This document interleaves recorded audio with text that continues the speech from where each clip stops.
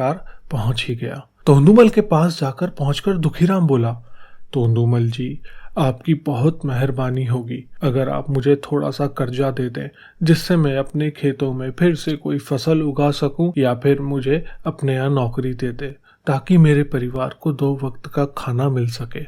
घमंडी तोंदुमल को उसकी इस बातों से कोई मतलब नहीं था, लेकिन गांव के सारे लोगों की तरह वो भी ये जानता था कि दुखीराम कितना मेहनती है और वह जिस भी खेत में काम करेगा वहां दुगनी फसल उगा सकता है। तोंदुमल ने सोचा, अगर मैं इसे पैसे उधार देता हूं तो शायद ये इस स्थिति में नहीं है कि मुझे वापस लौटा सके, लेकिन अगर मैं इसे अपने खेतों में काम करवाता हूं तो मुझे जरूर दुगना फायदा होगा। तोंदुमल दुखीराम से बोला, देख भाई, पैसा तो मैं तुझे नहीं दे सकता, लेकिन तुझ पर तरस खाकर मैं तुझे अपने खेतों में नौकरी देता हूँ, पर मैं तुझे इसके लिए ज्यादा पैसे नहीं दूंगा। बाकी किसानों को मैं 1000 देता हूँ, तुझे 500 ही दे पाऊंगा। मरता क्या ना करता। दुखीराम ने तोंदुमल की शर्त मान ली और उसी दिन से तोंदुमल के खेतों में काम करना शुरू कर दिया। 4 महीने का काम उसने अपनी मेहनत से 2 महीनों में ही खत्म कर दिया। तोंदुमल उसके काम से काफी खुश था, लेकिन वह कभी उसको यह जताता नहीं था। जब तोंदुमल ने देखा कि उसका खेतों का काम अब खत्म हो चुका है, अगर वह दुखीराम को काम से निकाल देता है तो उसके 2 महीने के पैसे बच जाएंगे। अब तोंदुमल ने दुखीराम को काम से निकालने का फैसला किया। एक बार तोंदुमल को यह विचार भी आया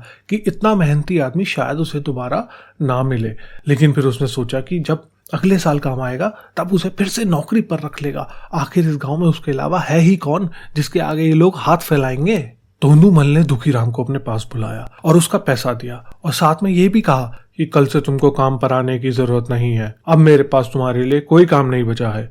जब मेरे पास काम आएगा तो मैं तुम्हें खुद बुला लूंगा। यह सुनकर दुखीराम का दिल बैठ गया। पिछले 2 महीनों में कम ही सही उसके बच्चे और परिवार के पेट में अन्न का दाना तो जा रहा था, लेकिन अब वह क्या करेगा, यह सोचकर उसकी आंखों से आंसू निकल आए। दुखीराम ने तोंदुमल के पैर पकड़ लिए और गिड़गिड़ाने लगा, तोंदुमल जी, मुझे इस काम की बहुत जरूरत है, मुझे मत निकालिए। लेकिन अपने मतलब से मतलब रखने वाला तोंदुमल टस से मस ना हुआ।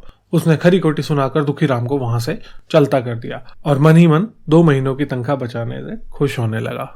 अगले दिन जब तोंदुमल सवेरे उठा और अपने आंगन में आया तो उसने देखा कि दुखीराम उसके आंगन में बैठा है। तोंदुमल ने उसको पास बुलाकर पूछा कि क्या हुआ, तुम यहाँ क्यों बैठे हो। दुखीराम बोला, तोंदुमल जी, मुझे वापस काम पर रख लीजिए।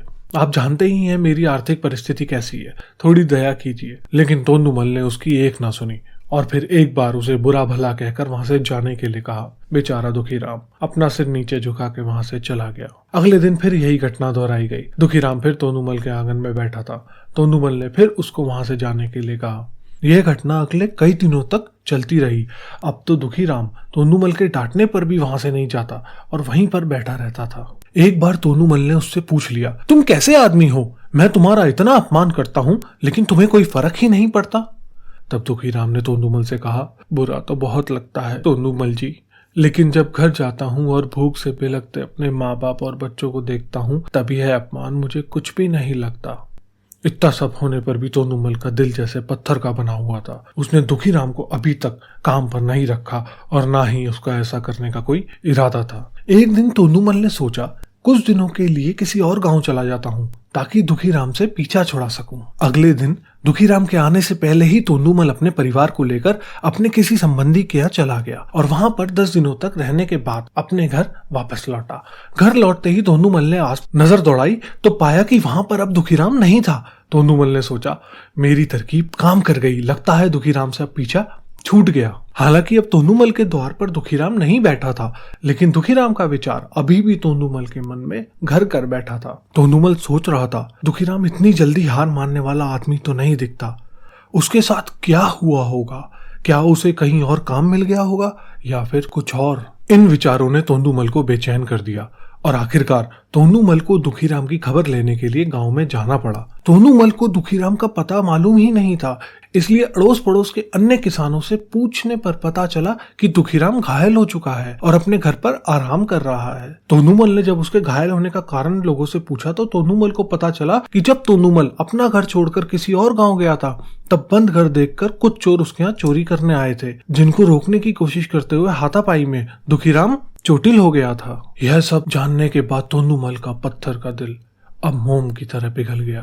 तोंदूमल को अपने किए पर पछतावा होने लगा। तोंदूमल ने अपने आप को याद दिलाया कि कैसे उसने एक शरीफ और सच्चे आदमी को ज्यादा काम करवा कर भी उसको पूरा पैसा नहीं दिया और जिसको गले से लगाना चाहिए था उसे ठोकर मार कर भगाता रहा। तोंदूमल दुखीराम का घर का पता पूछकर उसके घर पहुंचा तो देखा कि दुखीराम की घर की हालत बहुत ही खराब है। उसका परिवार भूख से बेहाल और वह खुद अपने हाथ पैर पर चोट के साथ एक खाट में पड़ा हुआ है। यह दृश्य देख तोंदूमल की आंखों से आंसू बह निकले। तोंदूमल ने दुखीराम के पास जाकर उसके सच्चे दिल से माफी मांगी, उसको उसकी मेहनत के पैसे दिए, उसका इलाज करवाया और उसको हमेशा के लिए अपने यहाँ काम पर रख लिया। दोस्तों, ये थी हमारी आज की कहानी। दोस्तों, हमें इस कहानी से ये सीख मिलती है कि हमें किसी भी जरूरतमंद का फायदा नहीं उठाना चाहिए और हो सके तो जिंदगी में सुधार करने की हमेशा कोशिश करती रहनी चाहिए। कभी भी मुश्किल समय में ईमानदारी और सच्चाई का साथ नहीं छोड़ना चाहिए। और हाँ, किसी ने खूब कहा है, खुद के लिए जिया तो क्या जिए, दूसरों के लिए जीना ही जिंदगी है। दोस्तों, अगर आपको हमारी वीडियो अच्छी लगी हो तो चैनल को सब्सक्राइब कीजिएगा। हिंदी माला स्टोरीज में आपका बहुत बहुत स्वागत करेंगे। दोबारा से एक और अच्छी वीडियो लेकर के आएंगे। तब तक के लिए शुक्रिया।